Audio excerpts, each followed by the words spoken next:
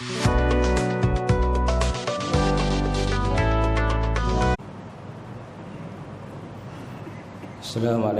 warahmatullahi ta'ala wabarakatuh.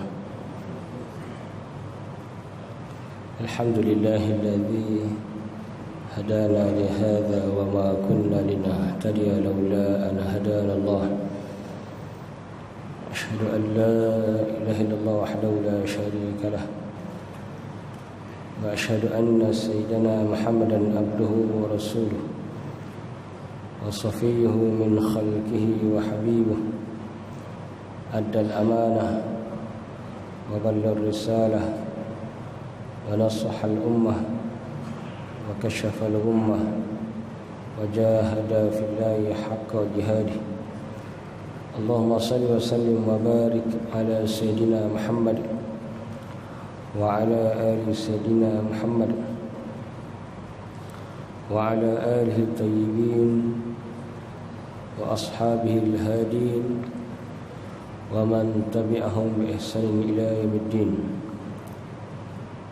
ربنا اشرح لنا صدورنا ويسر لنا أمورنا واحلل عقدة من ألسنتنا يفقهوا أقوالنا.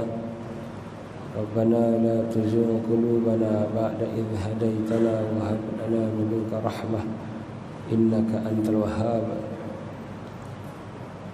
ربنا أدخلنا مدخل صدق وأخرجنا مخرج صدق واجعل لنا من لدنك سلطانا نصيرا. ولا حول ولا قوة إلا بالله العلي العظيم. أما بعد.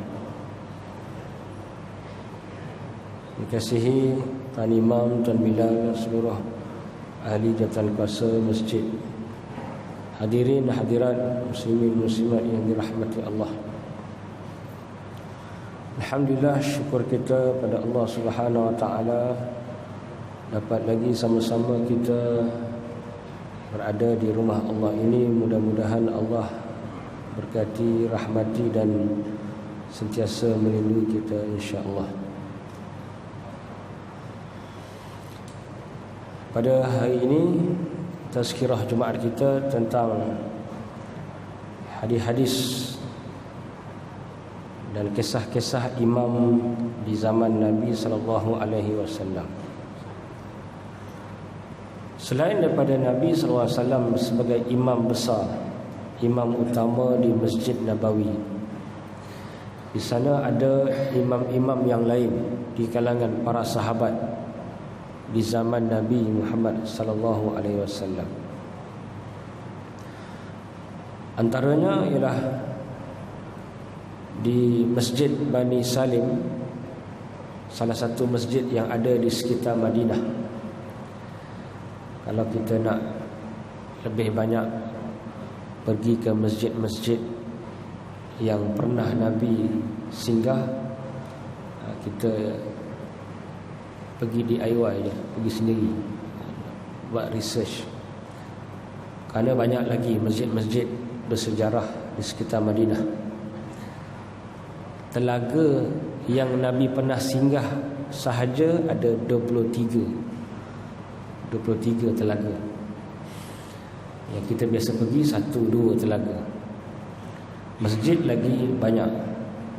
Antaranya Masjid Bani Salim atau dikenali sebagai Masjid Jum'ah. Imamnya adalah seorang sahabat, Itban bin Malik Al-Ansari. Jadi Itban ni dia jadi imam di sana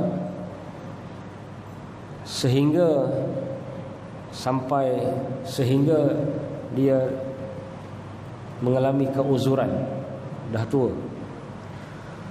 Cerita daripada Itban bin Malik, beliau berkata, kuntu usalli bi qaumi bi Bani Salim. Aku sembahyang mengimamkan kaumku, iaitu Bani Salim. Satu hari, satu ketika, yahulu baini wa bainahum wadin iza ja'atil amtar fayashukku alayya ijtiyazuhu qibala masjidihim. Sampai satu ketika berlaku bencana bah besar, banjir besar. Aku tak mampu untuk sampai pergi ke masjid tersebut. Lalu aku berjumpa dengan baginda Nabi SAW. Beliau berkata, "Ya Rasulullah, inni qad ankartu basari." Ya Rasulullah, aku ni ada dua masalah. Masalah pertama, mataku dah kabur, dah tua kan. Orang tua-tua kan, bila lanjut usia mata pun dah kabur, gigi pun dah berterabur, kulit pun dah kendur, asyik-asyik makan bubur. Dan yang kedua, kerana banjir yang telah menimpa laluan beliau untuk ke Masjid Bani Salim tersebut. Jadi ada dua sebab. Pengajarannya, walaupun belum habis hadis ni, kita terus ambil pengajaran mana yang kita sempat. Para sahabat dia akan melazimi masjid. Jika ada keuzuran, mereka akan minta izin pada Nabi. Zaman Nabi, semua orang beriman akan sembahyang di masjid. Yang tak sembahyang di masjid hanyalah orang munafik tegar. Kita ramai kan, asal nanti ada 3 baris. Mungkin aku saya agak-agak waktu seminggu. Sebab tu kalau yang tak datang seorang-dua tu, diorang ziarah. Ada satu ketika zaman Umar, ada seorang sahabat, seorang sahabat tak datang. Zaman kita kadang-kadang yang datang surau apartment tu seorang je. Surau apartment seorang yang datang. Zaman Umar yang tak datang seorang je. Jadi dia pergi, kenapa tak datang subuh tadi? Wahai Umar, semalam aku tak tidur. Lepas isyak sembahyang malam.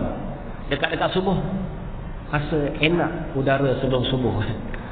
Biasa udara sebelum subuh ni nyaman-nyaman, sepoi-sepoi bahasa, tidur, belajar.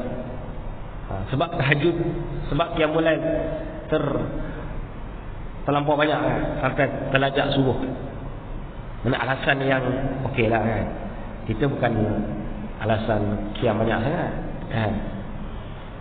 Makanya banyak sangat ada kan. Jadi tuan-tuan, ini satu hikmah yang besar. Sahabat Nabi, orang beriman, semua pergi masjid 5 waktu sehari. Yang tak pergi, munafik besar. Ini pengakuan daripada Ibnu Mas'ud dalam Sahih Bukhari.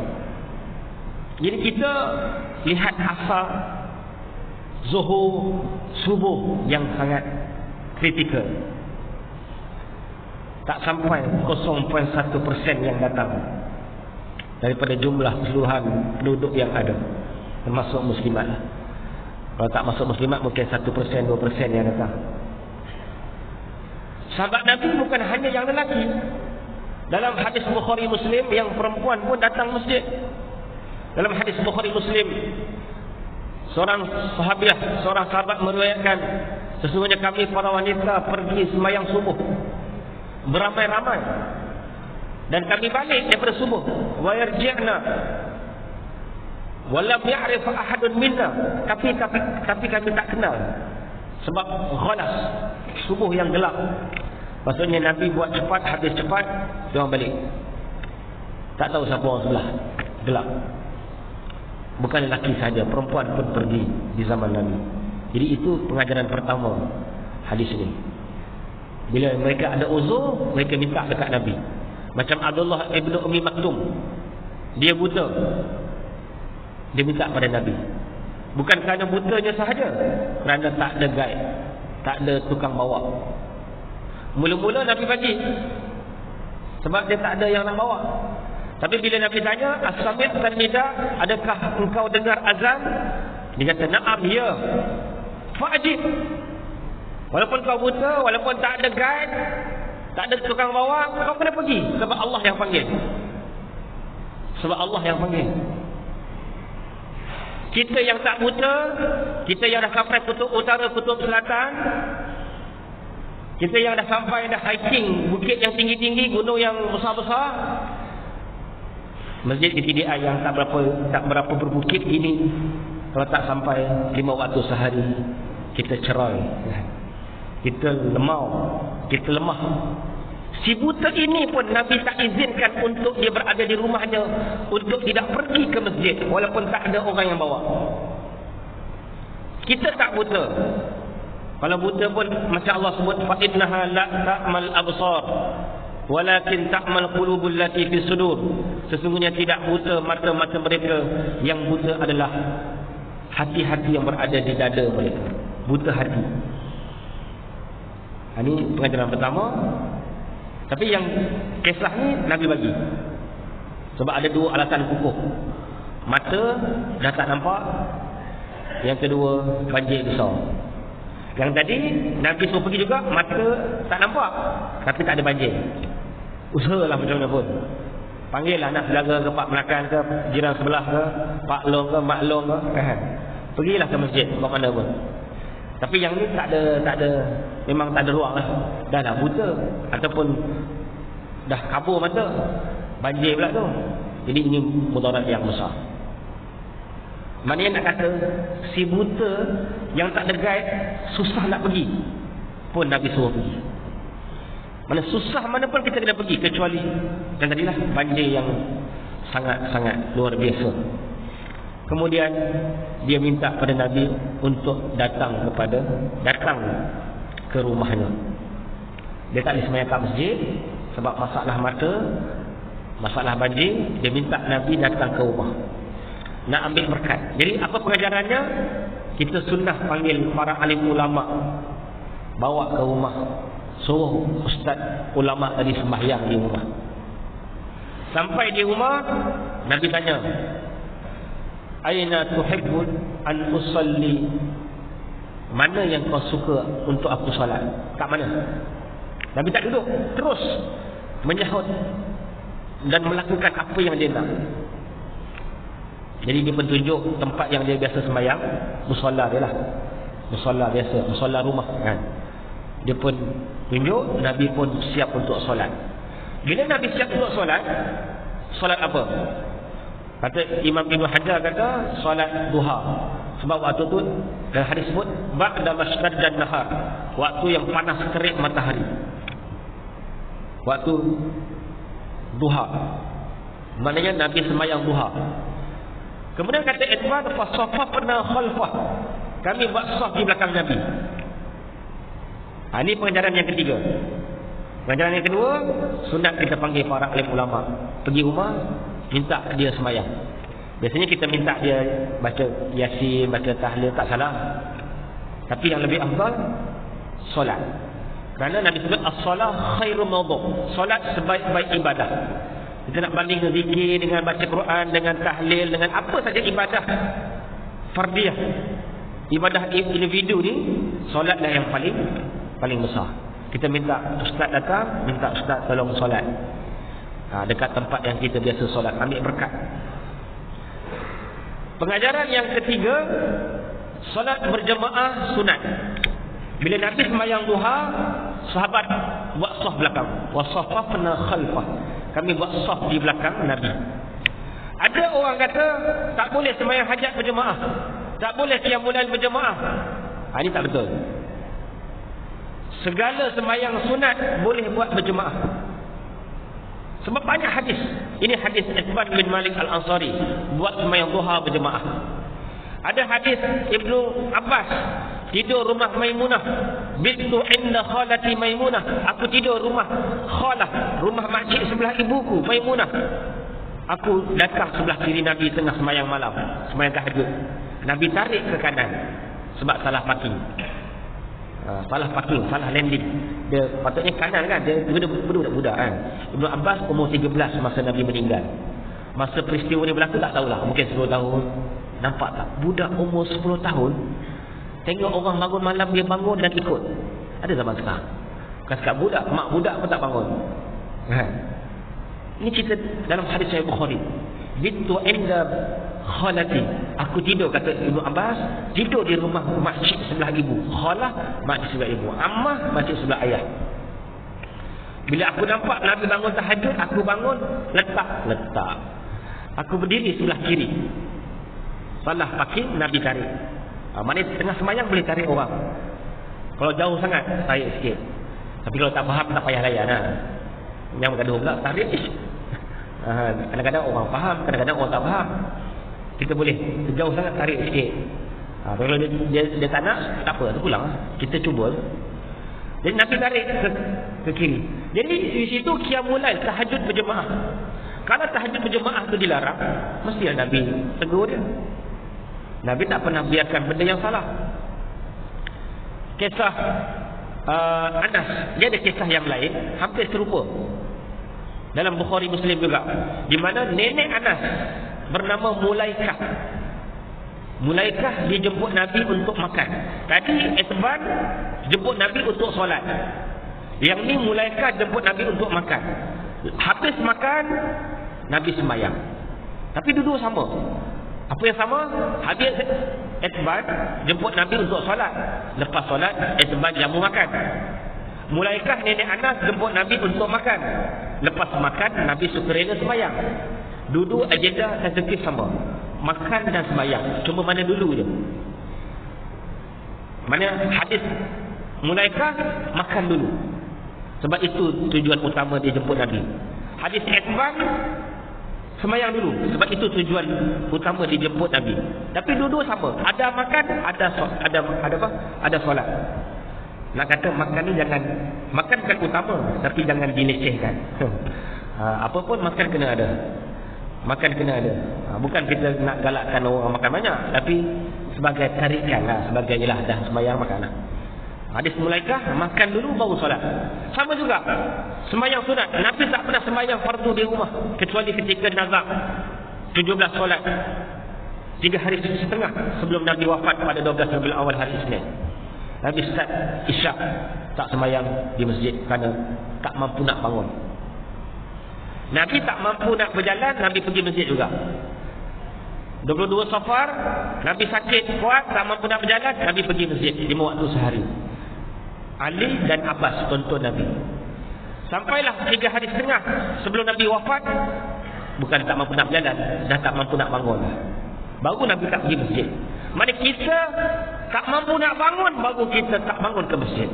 Itu je.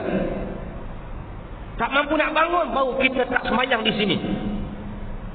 Selagi mana kita boleh berjalan walaupun kena tuntun, walaupun pakai tongkat, walaupun wheelchair, kena pergi masjid. Nabi adalah panutan kita utama, bukan orang lain. Tak ada alasan. Sahabat semua pergi masjid. Yang tak pergi illa munafiqun wa'lumun nifaq. Yang tak pergi masjid 5 waktu sehari, orang munafik tegar. Orang munafik tegar bukan yang pilih mana-mana parti. Kempen, tak kempen. Itu pilihan masing-masing. Orang munafik tegar ialah orang yang tak sembahyang 5 waktu sehari di zaman Nabi. Maknanya tuan-tuan, saya seronok tengok ramai penuh kan. Tapi asal sedih pula. Tunggu seminggu pula baru seronok. Baru seronok ramai macam ni. Malaikat pun seronok, Allah pun seronok.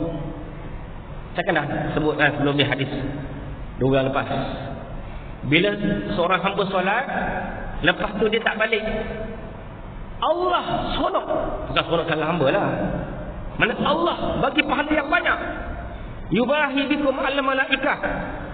Seronok depan malaikat. Allah kata unzuru ila ibadi. Tengok hai malaikat hamba-hambaku. Qad adau faridah, dah sembahyang. Wa yantaziruna ukhra, tapi tak balik-balik. Mana Allah seronok, ramai-ramai ni seronok. Kita yang tak nak menyeronokkan Allah. Bukanlah Allah sama banyak. Maksud ini bahasa kiasan. Bahasa kiasan. Maksud seronok Allah ni pahala banyak. Bukan seronok macam saya, seronok macam kita. Allah ni tak dirpai sesuatu. Laisa kamitslihi syai'. Tak nak macam ni. Asal macam ni. Subuh macam ni. Kalau ceramah pilihan raya, mana-mana parti pun ramai, penuh kan. Tapi subuh selu. Saya ada satu program besar kan. Program besar, program agama besar. Satu IPT. Kamu sebutlah mana kan. Saya tidur situ malam tu. Penuh. Mahasiswa keluar pagar. Penuh. Tapi bila saya sembahyang subuh esok pagi, satu soh pun tak ada. Dia ada orang sekarang dia yang grand. Yang ada makan besar grand VIP besar pun penuh. Kan? Awak sembahyang subuh tak grand. Sembahyang asar tak grand. Sembahyang zuhur tak grand dekat masjid. Kita merendahkan sembahyang 5 waktu. Itu yang Nabi sebut.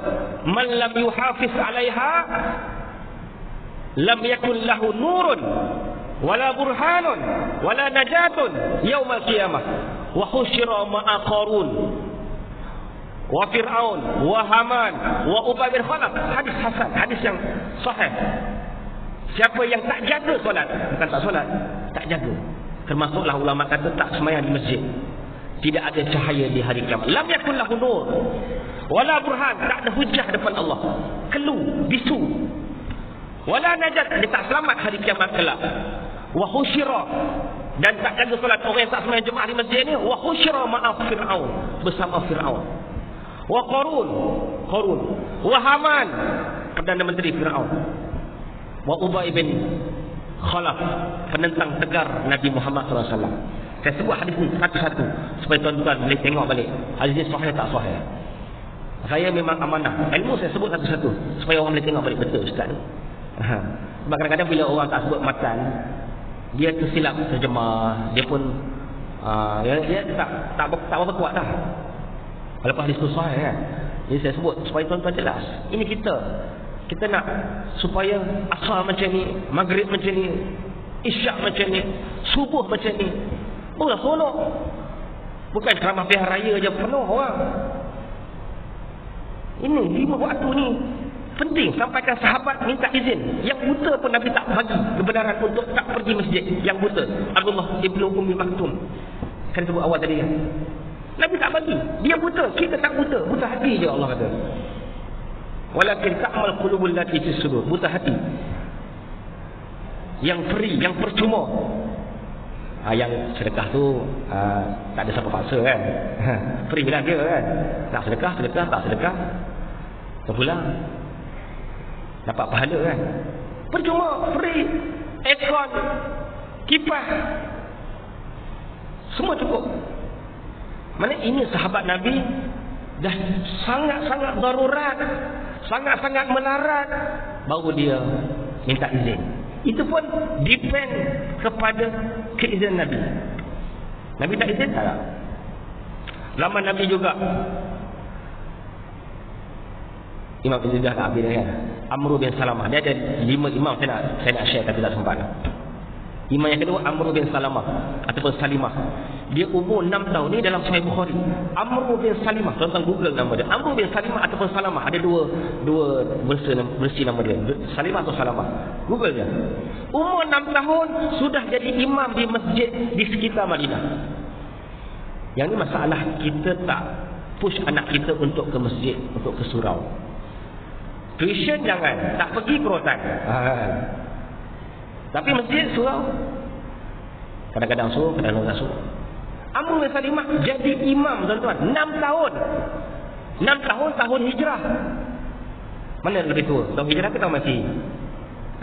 Lagi tua tahun saya confuse tak bentuk lagi. Tahun hijrah lagi muda kan? 6 tahun hijrah dengan 6 tahun masih. Yang tu masih kan? Masih lebih 6 tahun hijrah dah jadi imam. Sebab tu masjid surau kena buat pertandingan. Setiap tahun kontes azan, imam, kuis agama, kena buat selalu.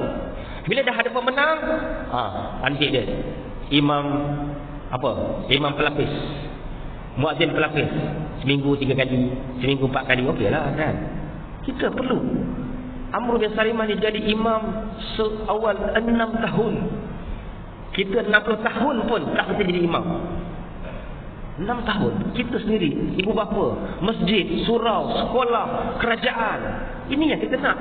Kita tak nak macam minggu lepas dalam surat khabar, dalam berita-berita arus perdana kata paling muda anak warga negara Malaysia ini melahirkan anak 9 tahun.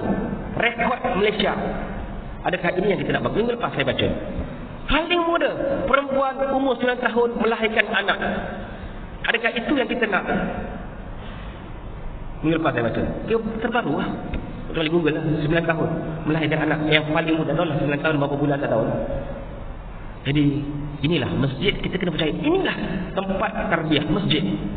Kalau tuan-tuan sendiri sebagai ibu bapa tak datang masjid 5 waktu sehari, apa nak harapkan kepada anak-anak? Ini saya cukuplah setakat itu sahaja. Macam biasa kalau tuan-tuan nak belajar, macam biasalah kita ada setiap hari ada kelas pondok online. Saya bagi secara cepat-cepat, siapa yang nak join boleh lah. Macam biasa 013 35 33 248. Saya ulang balik nombor kelas. Saya ada kelas Zoom, ada rakaman, insya-Allah ada nota antara yang belajar Dr. Fadilah Kamsah yang ambil kelas Selasa fiqh. Saya ulang balik 013 35 33 248 itu kelas online, kitab yang muktabar kalangan para ulama. Aku qauli hadza, assalamualaikum warahmatullahi wabarakatuh.